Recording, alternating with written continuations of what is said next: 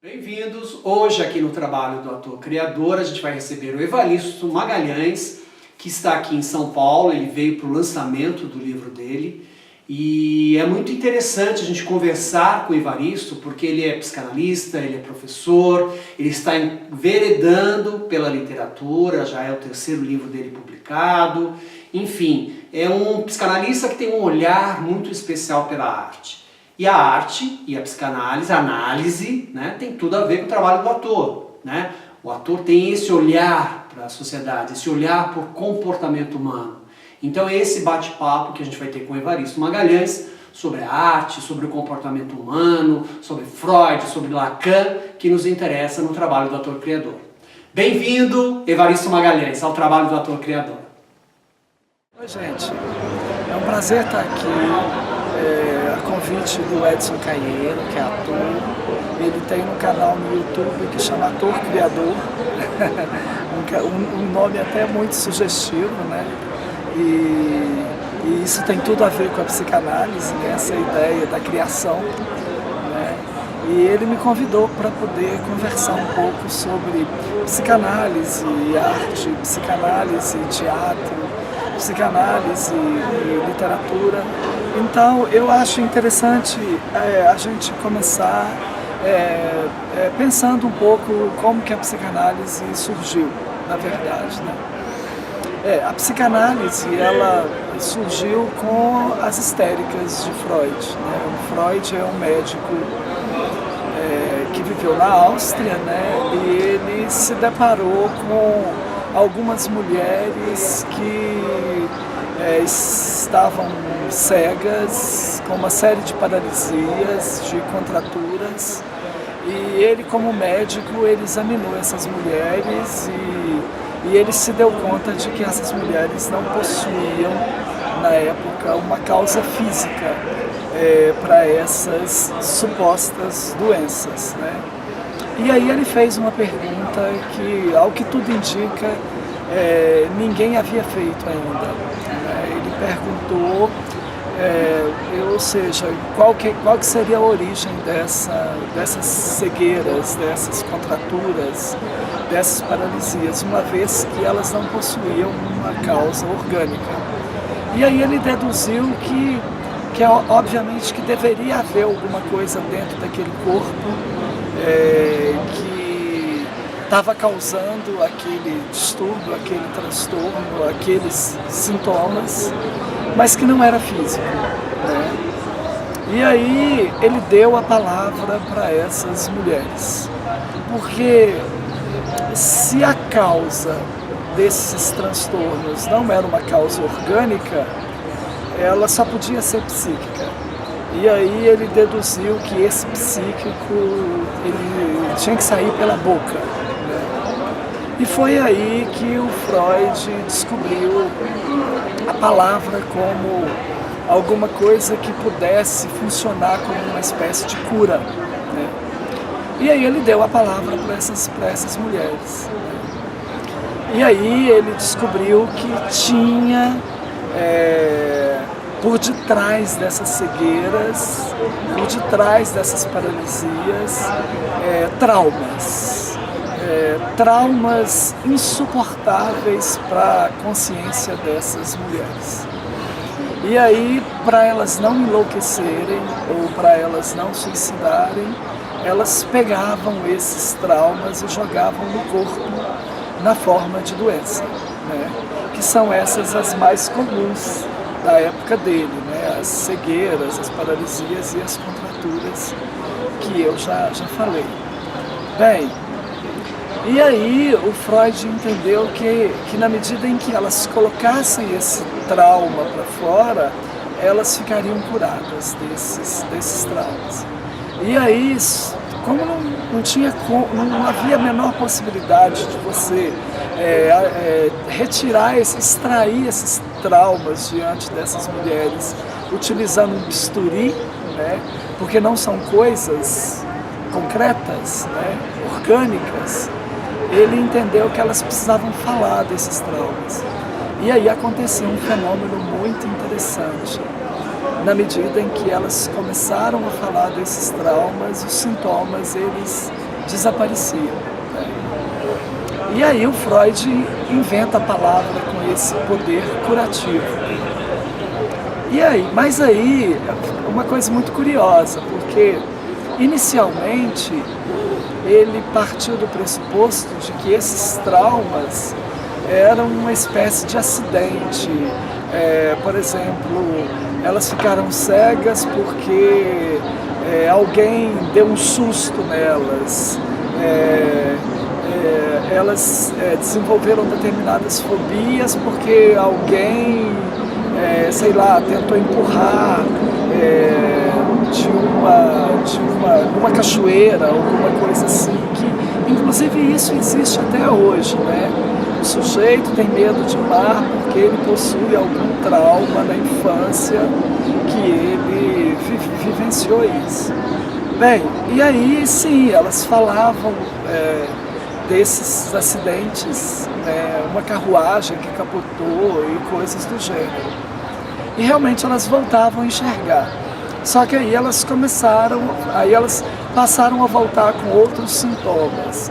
Então da cegueira foi para uma paralisia no braço, e aí ele tinha que recomeçar o tratamento todo de novo. Foi aí que ele começou a trabalhar com a ideia do trauma sexual, né? Porque, ou seja, o que estava por detrás da histeria não foi um acidente banal, né? E aí ele começou a trabalhar com a ideia do abuso sexual. Então aí elas começaram a contar cenas em que elas foram abusadas sexualmente. É importante vocês entenderem que a psicanálise do Freud, ela foi muito calcada na clínica, né? Na medida em que essas histéricas não ficavam curadas, que ele foi abandonando certos conceitos, certas teorias e enveredando por outros conceitos. Então, assim, a própria clínica foi alimentando a teoria dele, né? E aí elas contavam esses abusos sexuais e mesmo assim elas não ficavam curadas. Mas aí o Freud ele se deparou com uma questão que é muito interessante. Ele foi fazer um curso com o Charcot em Paris, e o Charcot levou ele para visitar Salpêtrière. Salpêtrière era tipo um manicômio só de mulheres, né? E tinha mais de 2.500 mulheres internadas nesse manicômio. E aí, se ele fosse sustentar a teoria do abuso sexual, ele teria que sustentar cerca de 2.500 homens, no mínimo ali, né, que abusaram dessas 2.500 mulheres loucas que estavam internadas ali na Salpêtrière. E aí ele começou a colocar em dúvida essa teoria do abuso sexual, né? Bem, aí ele chegou à conclusão de que esse abuso ele não se sustentava. E aí ele se perguntou, então, o que está por detrás dessa loucura, né? Porque a histeria ela não deixa de ser uma espécie de loucura. Quer dizer, como que é possível alguém estar cego sem estar cego de fato, né? E aí ele começou a pensar na hipótese de que, na verdade, muitas dessas mulheres, elas não enlouqueceram porque elas foram abusadas por esses adultos, né? Irmãos, pais, tios, vizinhos, né? E aí ele começou a trabalhar com a ideia de que elas poderiam ter enlouquecido só por serem desejadas sexualmente. E aí ele saiu dessa ideia do abuso como um fato concreto, né, da causa da histeria vinda de um fato concreto, e aí ele começou a trabalhar com essa ideia de explicar a histeria por uma fantasia, por um desejo. Aí ele funda a psicanálise, que aí ele vai dizer que o que está por detrás de todos os nossos desejos são fantasias inconscientes que a gente não suporta no nosso consciente, né? E aí a gente joga essas fantasias no corpo na forma de doença. E aí essas mulheres começaram a falar desses desejos, elas começaram a falar dessas fantasias. E obviamente que aí sim, elas iam ficando curadas, mas elas iam apresentando também outros sintomas. E foi nessa coisa de sintoma e sintoma, de uma cura que nunca chega, que ele foi modificando a teoria dele. Então, por exemplo, mais para o final da vida dele, ele vai se dar conta de que tem alguns traumas que a palavra não toca. Então tem alguns traumas que não chega, a palavra não chega. Eu acho interessante, por exemplo, num texto dele famosíssimo, que chama A Interpretação dos Sonhos, ele utiliza os sonhos dos pacientes dele para ele poder tentar entender o que está por detrás dos sintomas, né? Para ele poder tentar chegar nessas fantasias. E é muito engraçado que ele chega num determinado momento, isso está no capítulo 7 da Interpretação dos Sonhos, e ele fala que tem um umbigo do sonho, né? Que o sonho não chega, né? Que por mais que você interprete o sonho, tem um nó ali que nada desata, né? E aí ele começa a se perguntar que nó é esse? E aí é exatamente, eu entendo que é exatamente desse ponto que o Lacan vai pegar Freud, desse ponto que o Freud não consegue avançar. Que nó é esse que a palavra não chega de jeito nenhum? O Lacan vai chamar isso de real, né? É muito engraçado, que o Lacan também, durante muito tempo da vida dele, ele vai trabalhar com essa ideia do inconsciente estruturado pela palavra. O inconsciente seriam essas fantasias, né? E que a gente poderia estruturar essa fantasia na palavra. Mas o Lacan, depois de um certo tempo, ele também vai se dar conta de que não tem como não tem como essa palavra chegar nesse inconsciente, né? E o Lacan vai chamar isso de real, né? E aí o Lacan começa, inclusive, a desconfiar da palavra, porque ele vai colocar a palavra do lado do que ele chama de simbólico e imaginário, né? Isso está do lado da palavra. O simbólico, obviamente, porque a palavra é simbólica, né? Você não pega, por exemplo, uma palavra na natureza, né? Então as palavras, elas não estão penduradas nas árvores, né? As coisas que estão penduradas nas árvores. A gente é que nomeia as coisas, né?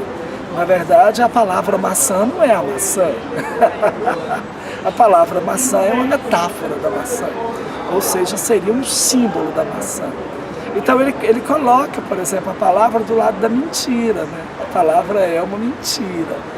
A gente, na verdade, das coisas a gente sabe muito pouco, né? A gente sabe muito das coisas através das palavras. Só que parece que quanto mais a gente fala das coisas, mais a gente se distancia delas. E o imaginário está do lado mesmo dessa ideia da imaginação, porque a gente não só fala das coisas, né? A gente também imagina as coisas. E aí o que eu acho mais genial no Lacan é que na medida em que ele desconfia da palavra, na medida em que ele coloca a palavra do lado do delírio, né, eu até prefiro mais essa expressão, né, não uma mentira, mas um delírio, uma alucinação, eu acho isso muito genial, porque aí eu acho que ele funda a psicanálise num lugar que eu gosto muito, porque na medida em que o Lacan coloca a palavra do lado do delírio, do lado da cultura, do lado da civilização, e ele desconfia dessa palavra, ele desconfia da civilização, ele se dá conta de que nós somos produtos dessa civilização. E aí ele coloca a clínica psicanalítica como se ela estivesse desmanchando essa civilização em nós.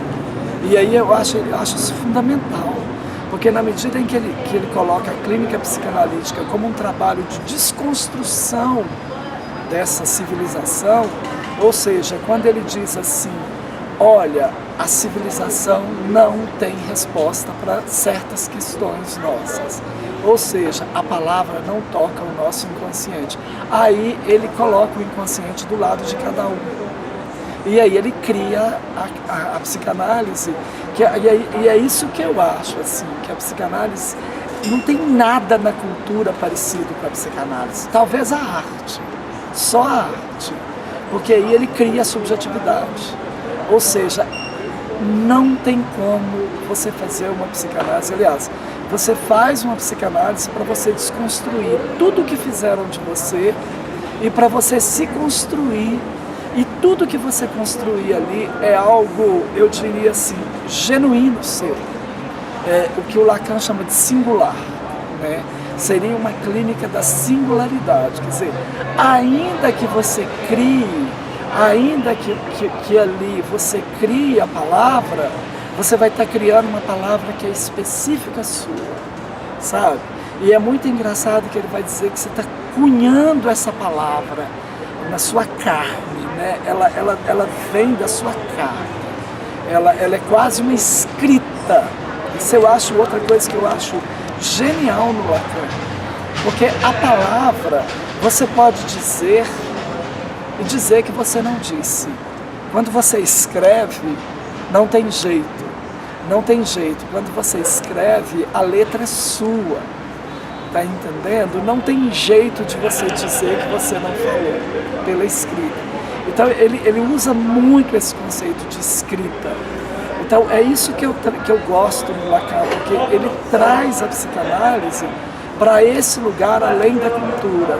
E é aí que eu acho que a psicanálise casa com a arte, porque a arte está depois da cultura, sabe? Então por exemplo, eu estou falando da arte, da boa arte, né? Não dessa arte comercial que está aí, desse teatro que a gente chama de caça-níquel, né? Mas é desse teatro que coloca a gente diante desses impasses, né? Diante desses limites da cultura, que eu acho que coloca a gente diante desse osso, né? Então, por exemplo, eu estou aqui em São Paulo com o lançamento do meu livro, eu fui ver ontem o Molière, do Matheus Nastergalli, né? E é muito interessante como que o texto é construído exatamente em cima desse conflito do subjetivo com a civilização, né? Do subjetivo do subjetivo com a igreja, né? Que é realmente assim, é complicada essa coisa da religião, né? A gente vai e volta nisso o tempo todo, né? E a religião, ela quer dizer, quer adentrar nesse subjetivo, né? Eu tenho muito problema com certas expressões, por exemplo, eu sou o caminho, a verdade, a vida. Eu preferiria dizer, eu sou um caminho, uma verdade, uma vida. Aí você abre para a liberdade, entendeu?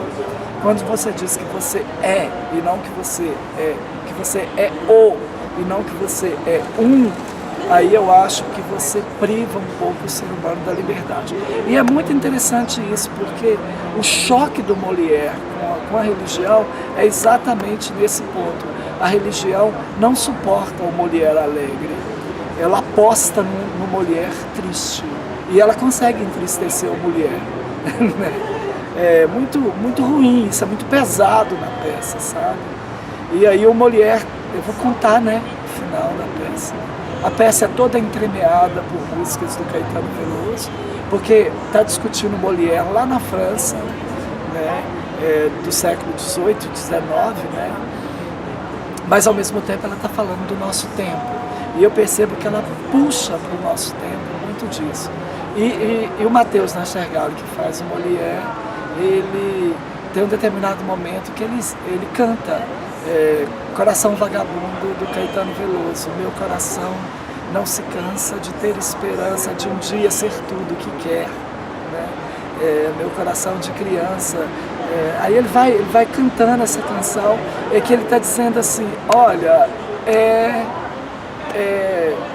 uma tentativa de sufocamento da minha subjetividade. mas eu tenho muita esperança nessa subjetividade.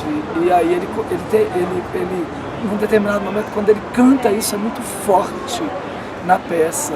E ao mesmo tempo ele passa um pouco essa esperança pra gente que tá na plateia. Então é muito bonito. Então é nesse sentido que eu vejo esse link. E aí, é nesse sentido que a arte me interessa muito. Evaristo Magalhães, o ator, ele observa, né, o artista observa a vida, o comportamento humano, e dessa observação é que ele cria, né, que traz um motivo, né, uma motivação para a sua criação, seja ela nas artes plásticas, na música, na literatura, no teatro, no cinema, enfim, a observação do artista que gera o seu trabalho, a sua arte. Essa observação para a psicanálise também é importante? Pois é, eu acho que o que a gente tem que perguntar, dessa sua pergunta, Edson, o que eu acho que a gente tem que se perguntar é o que o artista observa, né? Que olhar é esse, né? Porque não é o olhar da civilização que eu falei anteriormente, né? Porque nós somos guiados, o nosso olhar é guiado pelo que a gente pensa. Quer dizer, nós somos guiados pelas palavras e pelas ideias. Quer dizer, o nosso olhar está muito contaminado pela civilização, né? E se a gente for fazer arte pelo olhar da civilização, a gente vai repetir o que já está aí, né? E eu acho que a ideia não é essa, né? A ideia é você enxergar para além do simbólico, para além do imaginário, né? É o convite que o Lacan nos faz, quer dizer, você enxergar o real, né? É muito interessante isso, porque eu acho que eu fico muito empolgado, e de certa maneira assim, muito emocionado, porque eu venho me dedicando a isso já há algum tempo, e eu estou muito apaixonado pelo Lacan. Por exemplo, tem um livro dele, um seminário dele, que chama Literaterra, em que ele fala do litoral, né? Ele usa esse conceito de litoral, ele usa esse conceito também de lixo, né? E que na verdade tudo que não é da civilização a gente deixa de lado, a gente joga para debaixo do tapete. Quando ele fala do litoral, é isso que está para fora, né? É isso que não entra, né?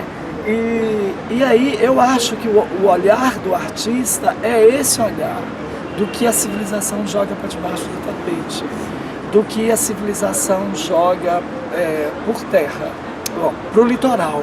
E curiosamente é isso mesmo, os nossos dejetos, aí, tá vendo? Eu tive um insight agora, os nossos dejetos, eles vão todos para o mar.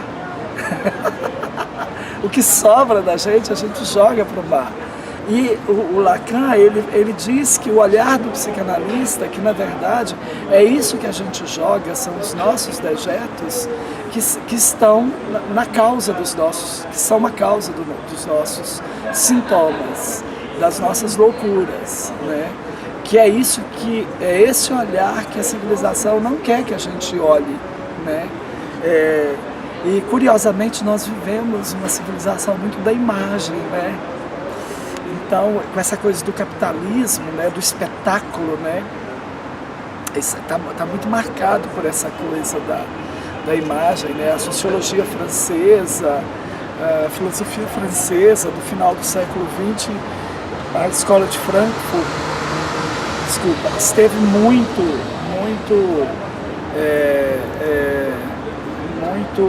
trabalhou muito em cima dessa questão, né, da imagem.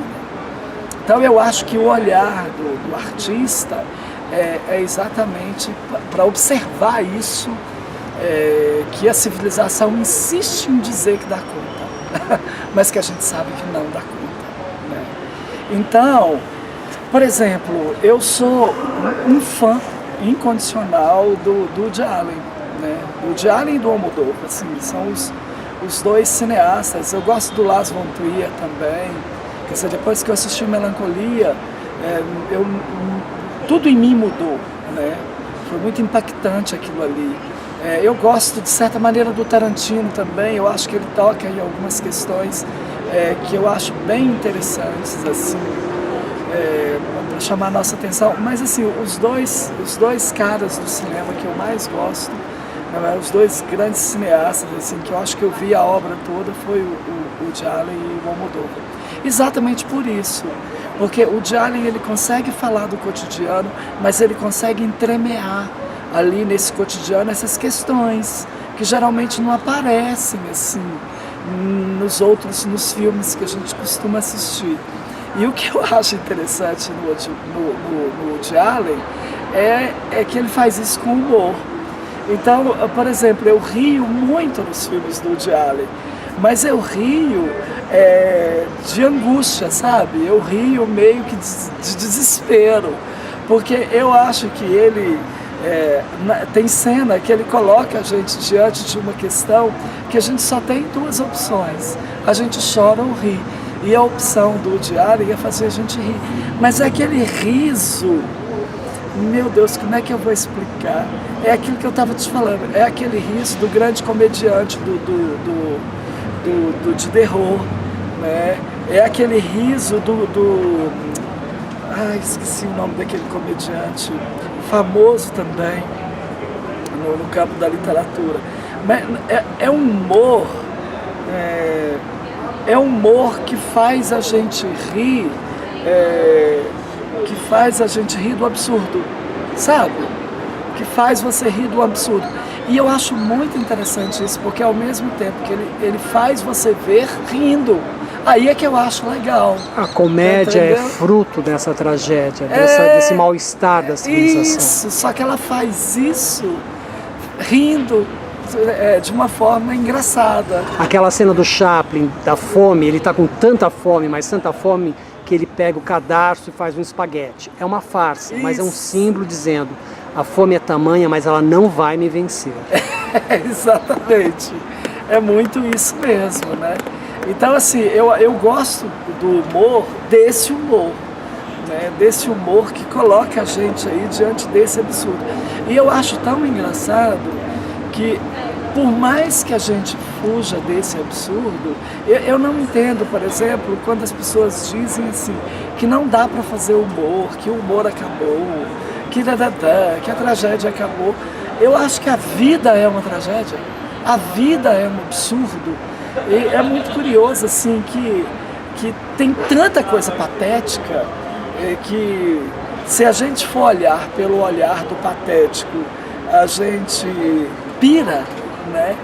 E que eu acho que os humoristas poderiam nos ajudar, nos fazendo olhar para esse patético de uma maneira muito engraçada, que de certa maneira ele não perde a sua patetice, mas a patetice ganha uma certa leveza, né?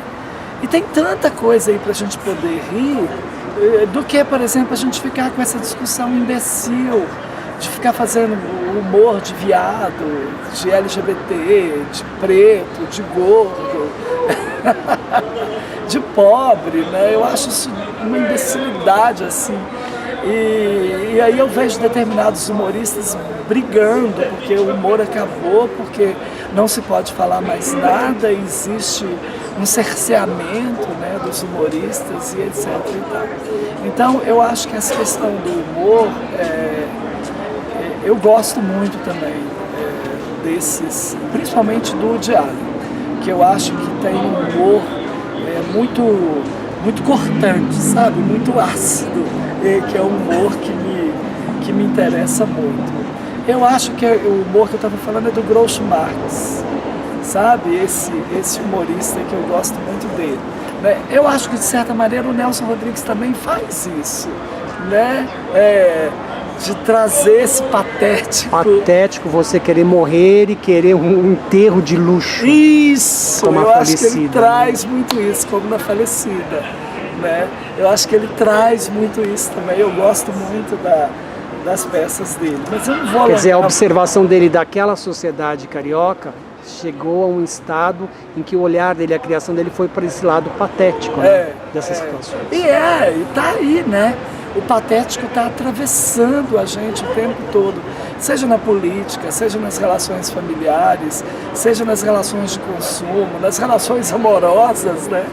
Como tem coisa do patético. Então, bem, então, foi essa psicanálise que me fez abandonar um pouco o ambiente acadêmico, né? Eu sou formado em filosofia, em psicologia, fiz mestrado, fiz doutorado em clínica psicanalítica, e aí chegou num determinado momento da minha vida que eu falei assim, eu não quero mais produzir conhecimento acadêmico, porque é tudo muito engessado, né? E eu tomei uma certa antipatia da academia. E assim, você fica 4, 5 anos escrevendo uma tese de doutorado e ela fica lá numa biblioteca e pouquíssimas pessoas vão acessar aquele tipo de conhecimento. Eu falei, eu quero escrever um conhecimento, eu quero escrever alguma coisa para atingir um número maior de pessoas. E aí, isso coincidiu com o surgimento das redes sociais e um belo dia eu estava na minha casa e minha irmã me perguntou por que eu não tinha um Facebook, né? E aí eu disse para ela que isso não me interessava porque eu entendia que Facebook era coisa de foto, né? Porque Facebook, né?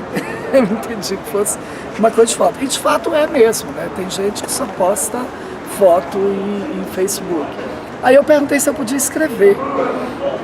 Aí ela falou assim, pode, mas você não pode escrever coisa muito grande não, porque senão ninguém lê. Eu falei, não, mas é exatamente isso que eu quero.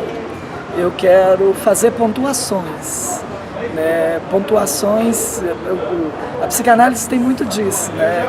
Tem um conceito no Lacan que ele chama de ato analítico, que é exatamente você falar, você fazer uma pontuação para o paciente indo diretamente no nó da questão dele, no ponto dele, né? Por isso que a gente usa essa expressão pontuação.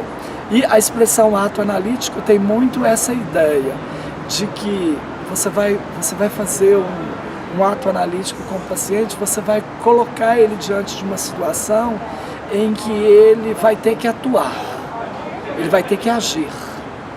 E aí é nessa ação que ele vai criar algo novo, entendeu? Você coloca ele quase como se fosse nesse grau zero dele mesmo, que aí ele vai ter que agir. Ele vai ter que criar algo novo. Então, aí eu comecei a escrever essas crônicas que eu posto já há mais de 2 anos. Eu tenho mais de 1000 crônicas no blog. E a ideia das minhas crônicas é exatamente essa. Colocar o meu leitor nesse lugar em que eu não dou muita opção para ele, a não ser criar alguma coisa nova, né? Inventar, fazer arte. Essa invenção, eu vou de certa maneira emparedando ele de tal maneira, e eu não dou resposta. Raramente assim eu escrevo alguma coisa em que que chega perto de uma autoajuda, mas aí eu tento de certa maneira fugir um pouco dessa coisa da autoajuda. E jogo o sujeito nisso que eu chamei aqui anteriormente do singular. Né? E a palavra escrita, Evaristo? Pois é, aí tem isso também, né? Porque eu escrevo e as redes sociais, elas me dão uma oportunidade de reescrever, né? Porque não é papel. É óbvio que eu posso ser cobrado disso, porque alguém pode copiar, colar e guardar. Mas eu mesmo escrevo ali, aí é um outro jeito de escrever. Porque é uma escrita que você assina, mas ela não é a tinta, né? Então, assim, na escrita no papel, você não pode desmanchar. Tá certo que você pode rasurar. O Lacan também usa essa expressão. Você pode rasurar, né? Mas o ideal é que você escreva, né? E aí eu escrevo, realmente, quando eu escrevo as minhas crônicas, Edson, eu escrevo como se eu estivesse falando da minha carne, tá entendendo? é uma coisa assim, eu tiro como se tivesse tatuado no meu DNA, tá entendendo? Então, inclusive assim, eu termino de escrever uma crônica, parece que eu levei uma coça, tá entendendo? Tudo meu vai ali naquela crônica, né? Mas tem disso, às vezes 1 ano, 2 anos depois, eu pego aquela crônica e eu reescrevo ela.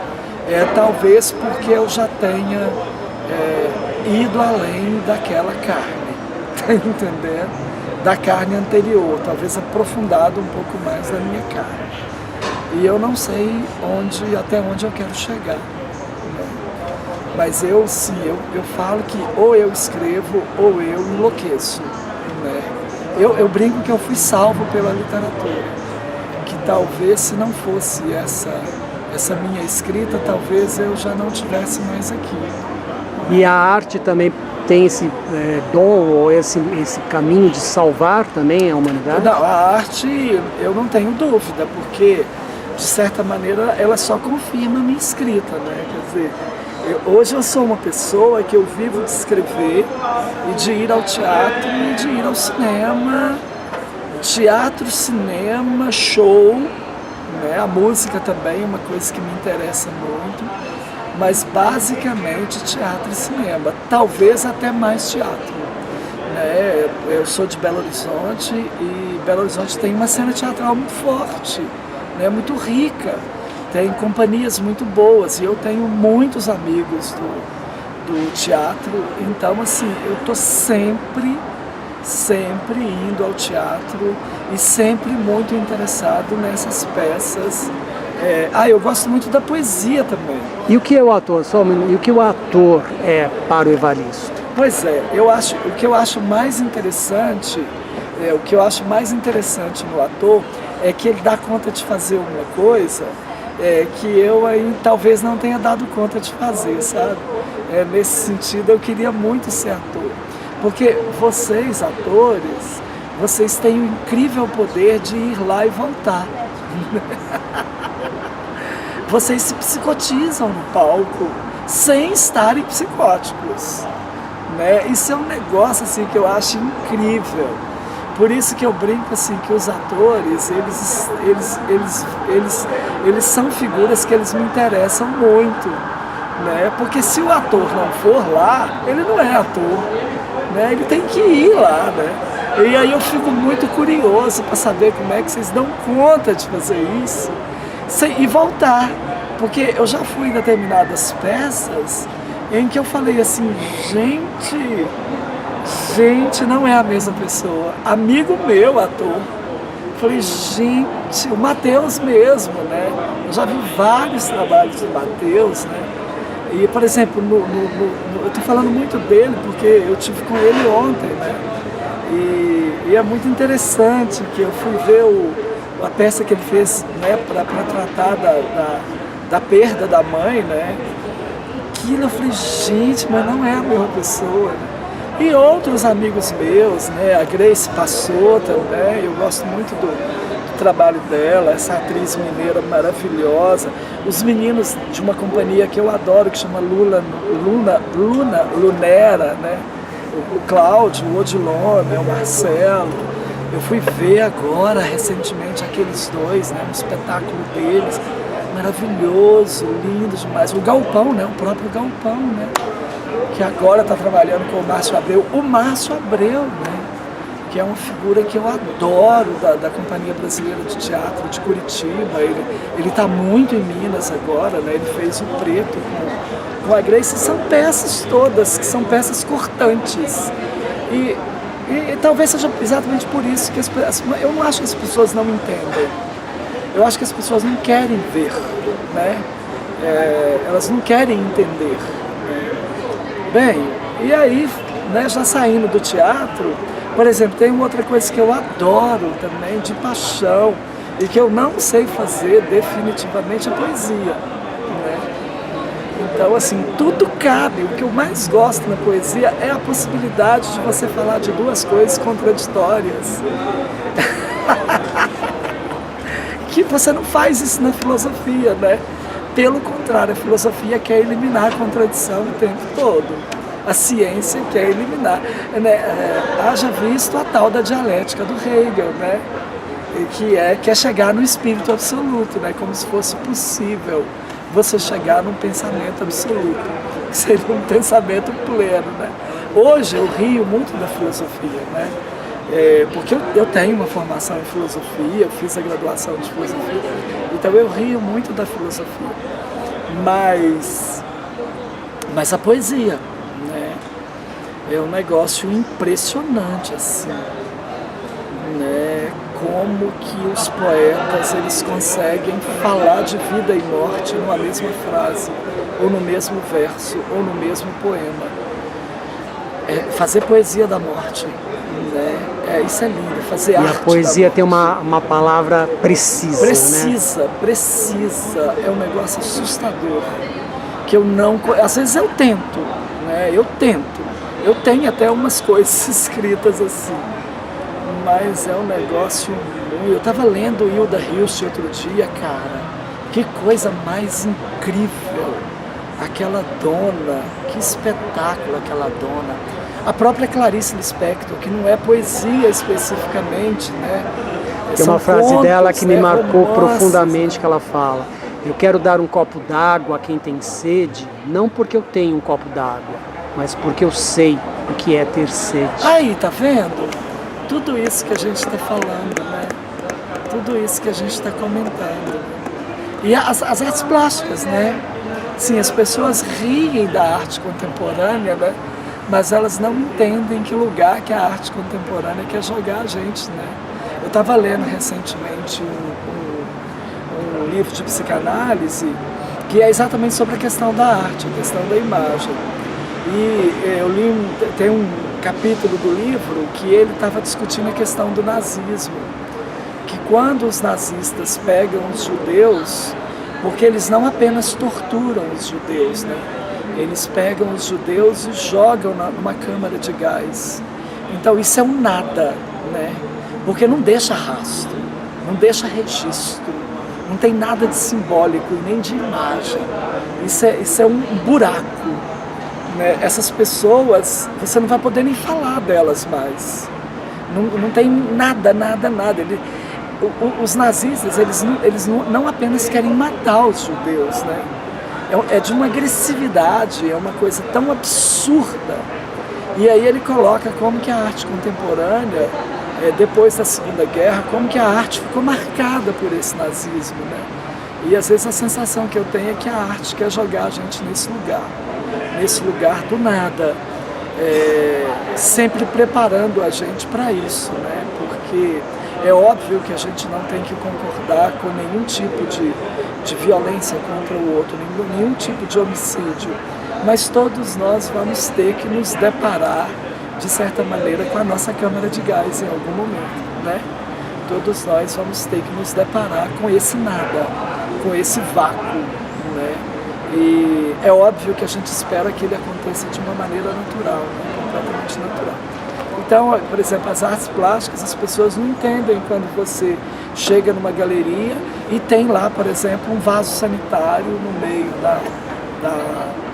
da salão, um monte de brita num canto, um varal com um monte de roupa rasgada e uma galinha da Angola andando por dentro da sala.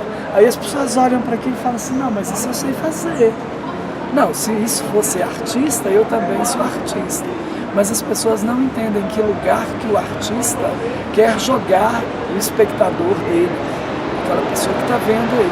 É exatamente nessa coisa de desfoque, essa coisa que não tem o menor sentido, né? Esse trem completamente contraditório. O que pode ter a ver um vaso sanitário com um monte de brita, com um varal de roupa suja e uma galinha da Angola andando pelo meio da sala? Quer dizer, o que isso pode ter a ver? Isso somos nós, ou seja, somos nós com o nosso real, isso somos nós com o nosso nada, com o nosso vácuo. Você vai ter que inventar, então você olha ali e você vê que sentido que você pode dar para aquilo ali, né? Bem, aí é de cada um, né? que inclusive você pode criticar, você pode agredir, você pode dizer que aquilo ali é uma bobagem, que aquilo ali não serve para nada, que é uma saída, é uma alternativa que a gente tem, é uma defesa que a gente tem, é um recalque, é uma forma de recalque. Agora você pode ir para o enfrentamento. Eu acho que é isso que a clínica, é esse lugar que a psicanálise quer jogar a gente na clínica, né? No monte de brita, no vaso sanitário.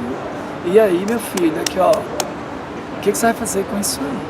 O que você vai inventar com isso aí? Então eu gosto do teatro, eu gosto do cinema, porque eles me jogam nesse lugar, né? Nesse lugar do nada, nesse lugar do vazio, nesse lugar do real, né? Que é exatamente esse lugar que eu tento colocar as pessoas que me procuram na clínica, né? Colocar essas pessoas para poder inventar a si mesmas, né? O que eu vou fazer comigo? Mas não é esse comigo no sentido, por exemplo, de certas psicoterapias, não. Né? É esse comigo do meu osso. Né? É esse comigo no sentido do que tem de mais radical em mim. Né? E isso, ninguém pode fazer nada por mim. Né? Religião, ciência, filosofia, ninguém pode fazer nada por mim. Então, meu amigo, é isso, assim. Espero que os seus colegas atores, né, que assistem ao seu blog, eu espero que eles possam tirar aí algum proveito dessa minha fala, né? Mas é o que eu penso um pouco da relação da psicanálise com a arte. Muito obrigado.